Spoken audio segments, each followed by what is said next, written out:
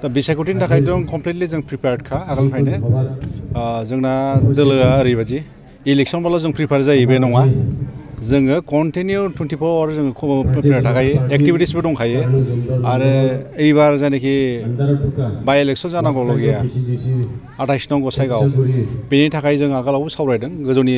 दैदेनगिरिफोरजों सावरायदों जाहाथे बिजेपिनो एबार टिकेटखौ होयो होननानै मोननाय मोनैया उननि जिनिस खोथा नाथाय जोङो मोनोब्ला जों साबसिन जायो होननानै जों सावरायदों आरो मोनबाथ' जों इजिलि देरहाहैगोन बुरजा भटैनो देरहाहैगोन जों मोनाब्लाबो जोंनि जायनाखि एलायन्स दङ पार्टनार UPPL बिथांमोननि केन्डिडेटब्लाबो मथा मथि बेजोंबाबो जों देरहाहैगोन मोजाङैनो देरहाहैगोन आरो बे देरहानायनि थाखाय जों खामानिखौ मावगासिनो दंखायोखा निश्चय एबार UPPLआनो जा BJPआनो जा केन्डिडेटआ जों देरहागोन जेरैबाबो देरहागोन बेखौ दा बिपुल भटआवनो देरहागोन जों आरो फेक्टर थानाय थायैखौथ' जों बांद्राय साना बेखौ जों फेक्टरखौ बांद्राय डिपेन्ड खालामा जोंहा ओरैबायदि जोंहा जों मावनायनि सायाव जों माबा खालामो डिपेन्ड खालामो सोर केन्डिडेटआ मोजां सोर केन्डिडेटआ गाज्रि जों बेखौ बारा सिन्था खालामा जों मावनाया बेसेबां मावदों खम मावदों ना बुरजा मावदों आरो मा जों मावनाया साफिसियेन्ट नंगौना नङा बेखौसो जोङो एनालाइज खालामो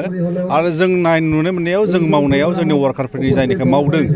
मावनायाव जोङो एखेबारे 100% जों सेटिसफाइड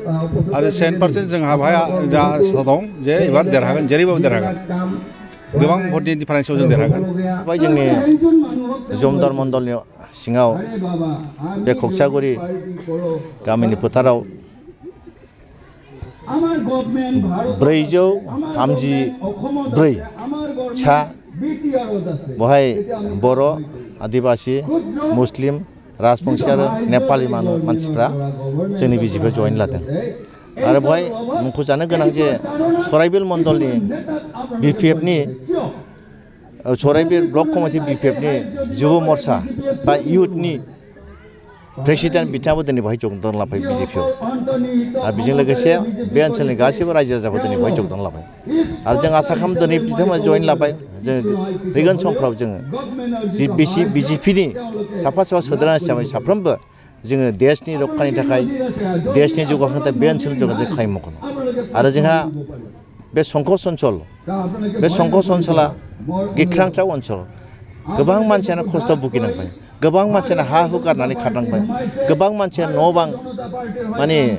खुरखाना लांजाबाय ओंखायनो जोंहा एक नाम्बार समस्या संकस दैखौ जों बोरै होबथानो हानाय दा बेखौ जोङो रायज्लायनानै बोरै खालामनो हायो बे जोंखौ रायजोआ लुबैदों आरो बेवहाय जों सरकारनि मदद नङाबा जों हाया ओंखायनो दिनै बिथांमोना सरकाराव थानानै खामानि मावनो थाखाय बिथांमोना नाजादों आरो आं मोनसे खोथा बुंनो गाबोन जोंनि फ्लाड कन्ट्रल मन्थ्रिया बिजय सारखौ बिथाङा आंखौ लेंहरदों बेफोरखौ रायज्लायनानै थांगोन बिथाङा मा बुङो जों गाबोन रायज्लायनानै बेखौ लागोन आरो जोंहा समस्या बेवहाय गोबां संकसजोंल' नङा गोरिब गुन्द्रा थानाय गोबां ओनसोल बेवहाय गोबां समस्याबो दं बेखौ समाधान खालामनोबा जों सरकारनि मदद नांगौ बयबो बुजिबाय आरो दिनैहाय बिथांमोना आं जेरैहाय BPFखौ गारनानै बिजेपिआव जइन खालामदों बिथांमोनाबो आंखौ फल' खालामनानै आंखौ मोजां मोननानै बा जोंनि बिजेपिनि गासै मावनाय दांनाय गासैनि बे थांखिफोरखौ मोजां मोननानै दिनै बिजेपिआव जगदान खालामबाय बेनो बयखौबो आङो गोसो गोरबोनिफ्राय बरायनानै लाबाय फुरा जों प्रिपेयार्ड जोंहा 100% रेडि जानानै दं जों जमदुवार मण्डल हिसाबै गुबुननिखौ आं बुंनो हाया खिन्थु जमदुवार मण्डल जों फुरायै जों रेडि जानानै दं दा केन्डिडेटआ जायखौखि होआ जोंहा बै बुंनांगौ गैया बिजेपिखौनो हो बा UPPLखौ हो जोंहा बुंनांगौ खिन्थु जे जायखिया खामानि मावनानै देरहाहोहरगोन